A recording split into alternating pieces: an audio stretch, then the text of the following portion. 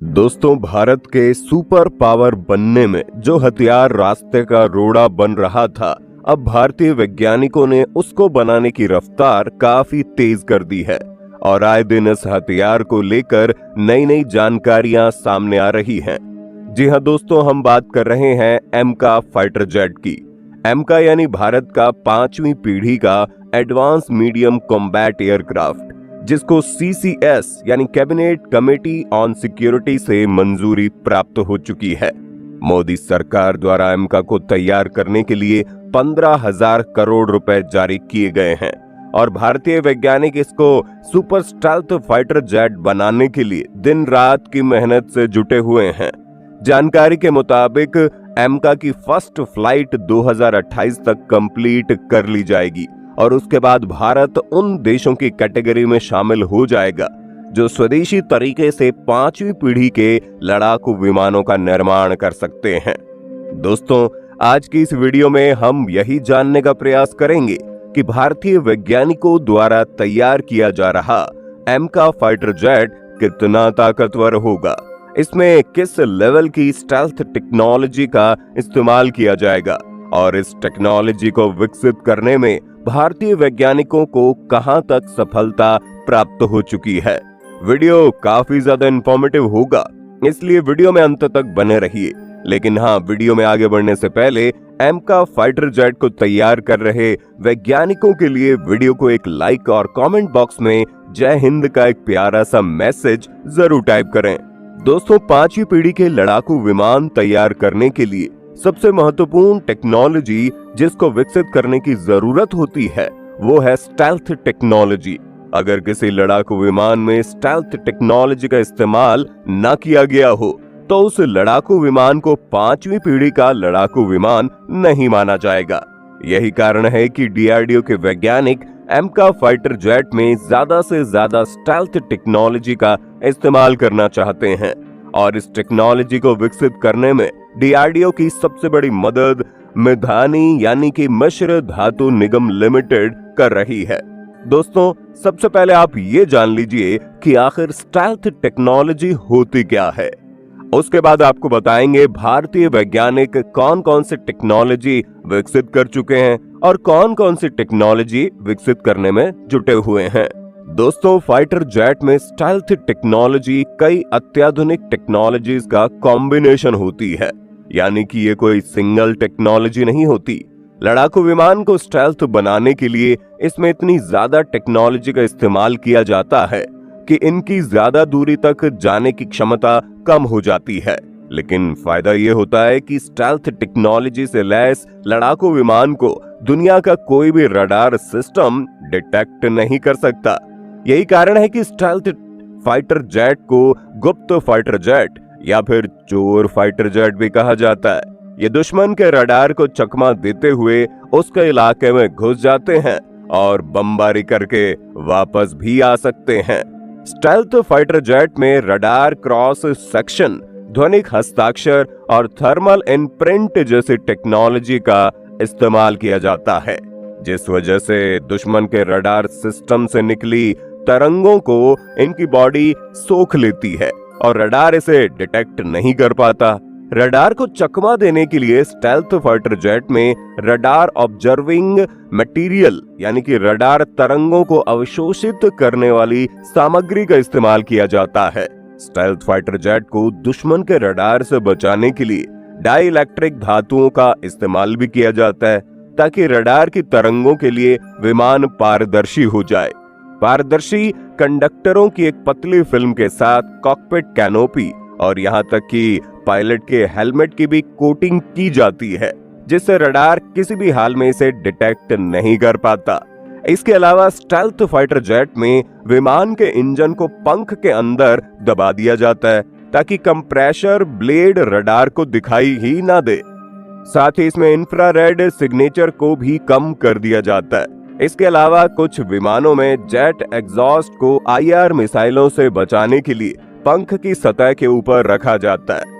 Fighter jet हर हाल में हर तरह की तरंगों से बच सके, इसके लिए कई तरह की अन्य टेक्नोलॉजी का भी इस्तेमाल किया जाता है। ताकि विमान के ऑनबोर्ड रडार, कम्युनिकेशन सिस्टम और बाकी बॉडी भी दुश्मन के रडार सिस्टम को चकमा दे सके। दोस्तों, IDRW डिफेंस वेबसाइट द्वारा जारी की गई रिपोर्ट के मुताबिक DRDO और मिधानी के वैज्ञानिक साथ मिलकर एमका फाइटर जेट को स्टेल्थ बनाने के लिए कई टेक्नोलॉजी का विकास कर चुके हैं और कई टेक्नोलॉजी को विकसित करने में जुटे हुए हैं। DRDO की रक्षा धातु कर्म अनुसंधान प्रयोगशाला यानी कि DMRL को लड़ाकू विमान का गुप्त एरो स्ट्रक्चर तैयार करने वाला जाबड़ खिलाड़ी माना जाता है और वो अपने इस काम को पूरा करने के लिए दिन रात की मेहनत से जुटा हुआ है। DMRL के वैज्ञानिक एमका फाइटर जेट के लिए अगली पीढ़ी के मिश्र धातु विकसित कर रहे हैं।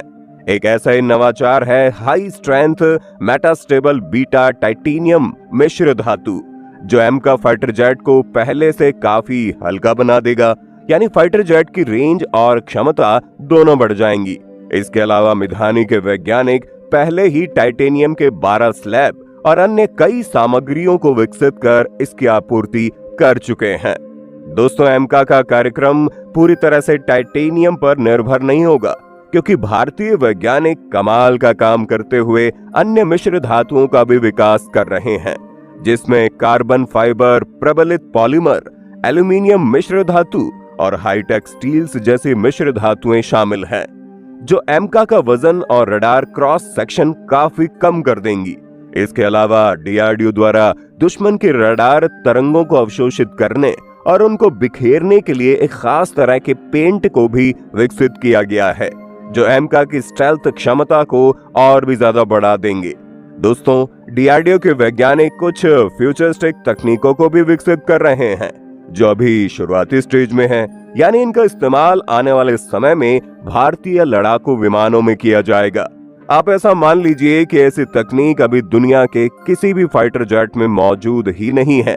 अमेरिका और चीन जैसे देश भी अपने लड़ाकू विमानों के लिए इन तकनीकों को विकसित करने में जुटे हुए हैं। DRDO द्वारा तैयार की जा रही इस तकनीक में मेटा सरफेस का इस्तेमाल होगा। 2 डायमेंशनल मेटा मटेरियल के इस्तेमाल से स्टेल्थ जेट हर दिशा में इलेक्ट्रोमैग्नेटिक तरंगों का प्रसार करेगा, ताकि रडार को भटकाने के साथ साथ विमान गुप्त खतरों का भी पता लगा सके। इसके अलावा इसमें प्लाज्मा स्टेल्थ के लिए आयनित गैस का भी इस्तेमाल करने का प्रस्ताव है। विद्युत चुंबकीय विकिरण और आयनित गैस के बीच परस्पर रासायनिक रिएक्शन से रडार को विक्षेपित करने या अवशोषित करने के लिए प्लेटफॉर्म के चारों ओर प्लाज्मा की एक परत या बादल बनाया जा सकता है, जिससे लड़ाकू विमान दुश्मन के रडार से पूरी तरह से गायब हो जाएगा। तो दोस्तों, चलिए जानते हैं क्या होगी एमका फाइटर जेट की ताकत। दोस्तों, एमका को अमेरिका के F-35 को ध्यान में रखते हुए विकसित किया जा रहा है।